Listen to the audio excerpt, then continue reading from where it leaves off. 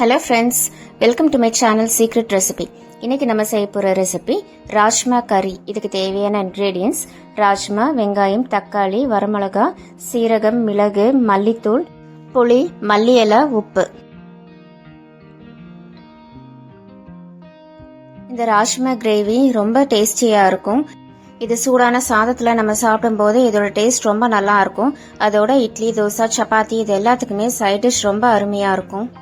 So friends, இந்த வீடியோக்குள்ளே போகிறதுக்கு முன்னாடி சீக்ரெட் ரெசிபி சேனலுக்கு சப்ஸ்கிரைப் பண்ணுங்கள். ஸோ தட் என்னோட நோட்டிஃபிகேஷன்ஸ் எல்லாமே உங்களுக்கு உடனே வந்துடும்.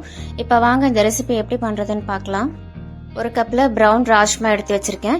இதை நம்ம ஓவர் நைட் ஊற வச்சுக்கலாம். நீங்கள் காலையில் கிரேவி பண்ணுற மாதிரி இருந்தால் நீங்கள் நைட்டு ஊற வச்சுக்கோங்க. இது ஒரு 8 to 10 hours வரைக்கும் ஊறட்டும். இப்போ பாருங்கள், நான் இதை 8 to 10 hours வரைக்கும் ஊற வச்சிருக்கேன்.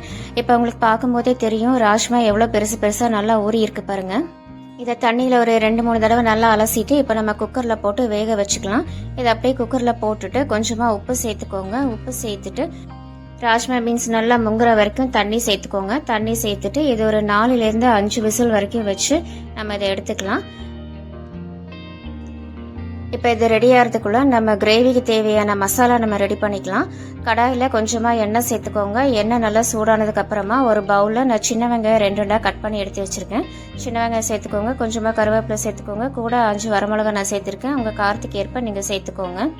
சேர்த்துட்டு நல்லா வதக்கி விட்டுடலாம். இது ஒரு 2 நிமிஷம் நல்லா வதங்கட்டும். உங்களுக்கு சின்ன வெங்காயம் இல்லைன்னா நீங்கள் பெரிய வெங்காயம் கூட நீங்கள் சேர்த்துக்கோங்க. அதுவும் டேஸ்ட் நல்லாயிருக்கும். இப்போ இது கொஞ்சம் வதங்கட்டும். இப்போ பாருங்கள், இது நல்லா வதங்கிருச்சு. இப்போ இந்த ஸ்டேஜில் நம்ம தக்காளி சேர்த்துக்கலாம். நான் 2 தக்காளி நீளமாக கட் பண்ணி எடுத்து வச்சுருக்கேன். அதோட நம்ம சேர்த்துக்கலாம். இதுவும் ஒரு 2 நிமிஷம் நல்லா வதக்கி விட்டுடலாம். நமக்கு வெங்காயம் தக்காளி நல்லா வதங்கட்டும். இப்போ பாருங்கள், நமக்கு வெங்காயம் தக்காளி நல்லா வதங்கியாச்சு பாருங்கள். இந்த ஸ்டேஜில் நமக்கு இதுக்கு தேவையான மசாலா நம்ம சேர்த்துக்கலாம். 1 ஸ்பூன் அளவு நான் சீரகம் சேர்த்துக்கிறேன். அதோட 10 மிளகு சேர்த்துக்கலாம். அது கூட 2 டேபிள் ஸ்பூன் மல்லித்தூள் சேர்த்துக்கலாம். நீங்கள் மல்லி விதை இருந்தால் கூட நீங்கள் சேர்த்துக்கோங்க. இதோட கொஞ்சமாக நான் தேங்காய் துருவல் சேர்த்துருக்கேன். உங்களுக்கு இது ஆப்ஷனல் தான். உங்களுக்கு தேங்காய் விருப்பமாக இருந்தால் நீங்கள் சேர்த்துக்கோங்க. இல்லைன்னா இதை நீங்கள் ஸ்கிப் பண்ணிக்கோங்க. சேர்த்துட்டு இதை நல்லா கலந்து விட்டுக்கோங்க. கலந்து விட்டுட்டு இதை நல்லா ஆற வச்சிடலாம். ஆறினதுக்கப்புறமா நம்ம இதை மிக்ஸி ஜாரில் ஒரு பேஸ்ட்டாக அரைச்சி எடுத்துக்கலாம். அடுப்பில் ஒரு மண் சட்டி வச்சுருக்கேன். கொஞ்சமாக எண்ணெய் சேர்த்துக்கலாம். எண்ணெய் நல்லா சூடானதுக்கு அப்புறமா கடுகு சேர்த்துக்கோங்க. கடுகு நல்லா பொரிஞ்சதுக்கு அப்புறமா கொஞ்சமாக கருவேப்பிலை சேர்த்துக்கோங்க. சேர்த்துட்டு நம்ம கட் பண்ணி வச்சிருக்கிற காய்கறியெல்லாம் நம்ம சேர்த்துக்கலாம். இதில் நான் கத்திரிக்காய், உருளைக்கிழங்கு 2 காய்கறி நான் சேர்த்துருக்கேன். ராஜ்மா கறிக்கு கத்திரிக்காய், உருளைக்கிழங்கு சேர்த்து செய்யும்போது இதோட டேஸ்ட் ரொம்ப அருமையாக இருக்கும். சேர்த்துட்டு அந்த எண்ணெயிலேயே காய்கறி ஒரு 2 நிமிஷம் நல்லா வதக்கி விட்டுக்கலாம். இது கூடவே நம்ம குக்கரில் வேக வச்சிருக்கிற ராஜ்மா பீன்ஸை இதில் நம்ம சேர்த்துக்கலாம். நம்ம எல்லா காய்கறியோடையும் ஒன்றா நம்ம வேக வச்சுக்கலாம். இப்போ பாருங்கள், நம்ம குக்கரில் ஒரு 6 விசில் வச்சு நான் எடுத்திருக்கேன். நமக்கு இந்த ராஜ்மா நல்லா வெந்திருக்கு பாருங்கள். உங்களுக்கு அழுத்தி பார்த்தா தெரியும், நல்லா உடையுது. இது நல்லா வெந்திருக்கு. இதை நல்லா கலந்து விட்டு இந்த காய்கறியோட ஒரு 5 நிமிஷம் நல்லா வேக வச்சுக்கலாம். நமக்கு கத்திரிக்காய், உருளைக்கிழங்கு நல்லா வேகணும். இது ஒரு 5 நிமிஷம் மூடி வச்சிடலாம். இப்போ ஒரு 5 நிமிஷம் கழிச்சு இதை ஓப்பன் பண்ணி பார்க்கலாம். பாருங்க, நமக்கு காய்கறி எல்லாம் நல்லா வெந்திருக்கு பாருங்க. உருளைக்கிழங்கு, கத்திரிக்காய் 2மே நல்லா வெந்திருக்கு. நம்ம ஏற்கனவே ராஜ்மா பீன்ஸை நல்லா வேக வச்சிருக்கோம்.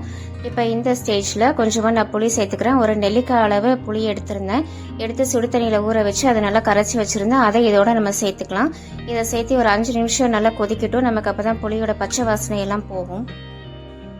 இப்போ இதோட நம்ம அரைச்சி வச்சிருக்கிற மசாலாவை இதில் நம்ம சேர்த்துக்கலாம். இதை சேர்த்துட்டு உங்களுக்கு தேவையான அளவு நீங்கள் தண்ணி சேர்த்துக்கோங்க. இது கொஞ்சம் கெட்டியாக தான் இருக்கும். உங்களுக்கு தேவையான அளவு நீங்கள் தண்ணி சேர்த்துக்கோங்க. தண்ணி சேர்த்துட்டு நல்லா கலந்து விட்டுக்கோங்க. கலந்து விட்டுட்டு இதுக்கு தேவையான உப்பு நம்ம சேர்த்துக்கலாம்.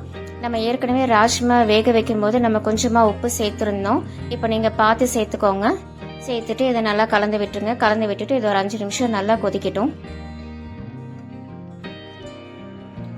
இப்போ நம்மளோட கிரேவி நல்லா கொதிச்சுட்டு இருக்கு பாருங்க. நம்ம போட்டுக்கிற காய்கறி எல்லாமே வெந்துருச்சு. ராஜ்மா, கத்திரிக்காய், உருளைக்கிழங்கு எல்லாமே நல்லா வெந்திருக்கு பாருங்க. இப்போ நம்மளோட ராஜ்மா கிரேவி அருமையாக ரெடி ஆயிடுச்சு. கடைசியாக வாசனைக்காக கொஞ்சமாக மல்லி இலை சேர்த்துக்கலாம். சேர்த்துட்டு இதை நம்ம ஒரு பவுலில் மாற்றிக்கலாம்.